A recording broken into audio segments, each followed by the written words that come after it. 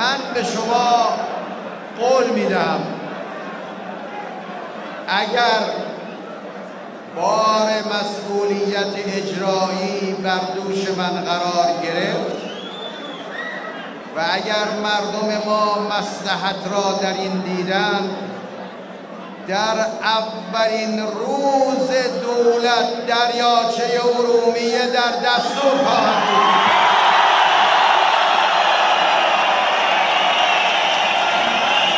ما در مرکز مطالعات استراتژیک مدت هاست یک کارگروه ویژه برای دریاچه ارومیه تشکیل داده ایم.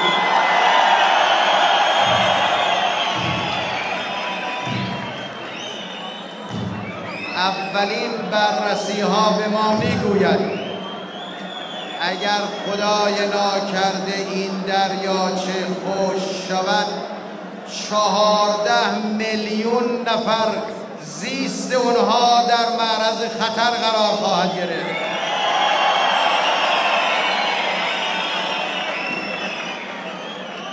اون وقت ریزگردهای نمک تمام زمینهای کشاورزی کشور را نابود خواهد کرد.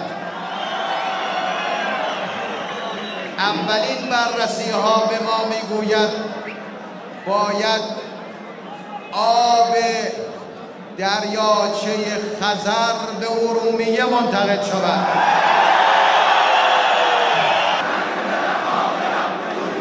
محاسبات اولیه ما این چنین نشان میدهد که برای این کار 2 تا 2.5 میلیارد دلار خرج دارد، اما با ایجاد دریاچه‌های مصنوعی در مسیر راه و فروش زمین‌هایی که حاصل می‌شود بیش از 70% مخارج قابل تأمین است.